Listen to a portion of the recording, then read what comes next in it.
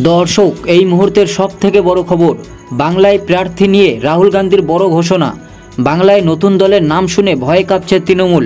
বিস্তারিত জানবো তার আগে ভিডিওটিতে অবশ্যই একটি লাইক দেবেন, চ্যানেলটিকে সাবস্ক্রাইব করবেন যাতে পরবর্তী গুরুত্বপূর্ণ খবর পোস্ট করার সাথে সাথেই আপনার কাছে পৌঁছে যায়। দর্শক, প্রথমেই দেখে নেব, মমতা ব্যানার্জি বলেছিলেন 2026-এর বিধানসভা তিনি একাই লড়বেন। তিনি ভরা মঞ্চে বলেছিলেন, বাংলায় আমাদের দলের যতটা ক্ষমতা, 2026-এ এক সংখ্যাগরিষ্ঠতা নিয়ে বাংলায় আবার ক্ষমতায় আসব। আমাদের পাশে কোনো দলের সহযোগিতা লাগবে না। তৃণমূল জানে কিভাবে লড়াই করতে হয়। এবারের বিধানসভা ভোটে আমাদের দল একাই লড়বে। আর আমাদের দলের ভেতরে যত নেমোখারাম অর্থাৎ দলে থেকেই দলের বদনাম করছে তাদেরকে চিহ্নিত করতে হবে এবং এক এক করে দল থেকে দূর করতে হবে তাদের। এই সমস্ত পোকাগুলো দলের ক্ষতি করছে। এরপরই রাহুল গান্ধী তার সভা মঞ্চে দাঁড়িয়ে কড়া হুঙ্কার দেয়।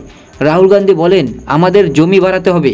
এতদিন আমরা পিছিয়ে ছিলাম, এবার আমাদের বিভিন্ন রাজ্যে অংশগ্রহণ করতে হবে। 2026-এ বাংলায় আমাদের দল লড়বে এবং ধীরে ধীরে দলের পরিচিতি বাড়বে। এভাবে এক জায়গা দাঁড়িয়ে থাকলে চলবে না, গোটা ভারতবর্ষের কোনায় কোনায় আমাদের ছড়িয়ে যেতে হবে। আমাদের প্রথম টার্গেট বাংলা। রাহুল গান্ধী আরও বলেন, মমতা ব্যানার্জি বলেছেন তার দল 2026-এ একাই লড়বে, দরকার নেই আমরাও লড়তে পারি। এভাবেই একের পর এক কড়া বার্তা দেয় রাহুল গান্ধী।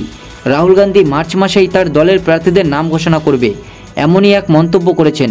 দর্শক, যখনই প্রার্থী তালিকার নাম ঘোষণা হবে তখনই আপনাদের আপডেট দিয়ে দেওয়া হবে এই চ্যানেল থেকে। চ্যানেলটিকে সাবস্ক্রাইব করে রাখবেন। দর্শক, এই মুহূর্তে আরও একটি গুরুত্বপূর্ণ খবর। ইতিমধ্যেই অভিষেক বন্দ্যোপাধ্যায় সিবিআইকে চ্যালেঞ্জ জানালেন। কেন্দ্রীয় তদন্ত সংস্থা সিবিআইয়ের চার্জশিটে তার নাম আসার পর তৃণমূল কংগ্রেসের সর্বভারতীয় সাধারণ সম্পাদক অভিষেক বন্দ্যোপাধ্যায় বিস্ফোরক মন্তব্য করেছেন। তিনি বলেছেন, সিবিআই ভয় পেয়েছে, আমার নাম নিয়েছে কিন্তু ঠিকানা বা পরিচয় কিছুই দিচ্ছে না। বিজেপি নেতাদের মতো সিবিআইও ভাব বাচ্ছে কথা বলছে বলে তিনি অভিযোগ করেছেন।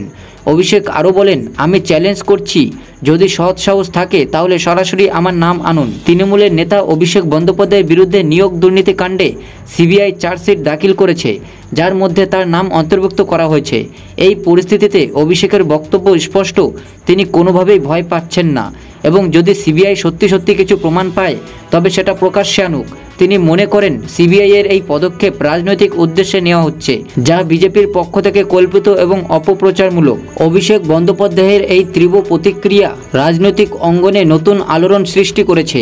তার অভিযোগ, সিবিআই এই বিষয়টি যথাযথ প্রমাণ ছাড়াই সামনে আনছে এবং এর পিছনে কোনো না কোনো রাজনৈতিক উদ্দেশ্য রয়েছে। তিনি আরও বলেন, যদি সিবিআই সত্যিই দোষী প্রমাণ করতে পারে তবে তিনি সেটি মেনে নেবেন, তবে এখনই কোনো ভিত্তিহীন অভিযোগ তুলতে দেওয়া হবে না। তো দর্শক, 2026-এর বিধানসভা ভোট কেমন হতে চলেছে আপনারা কি বলছেন অবশ্যই কমেন্টে জানাবেন।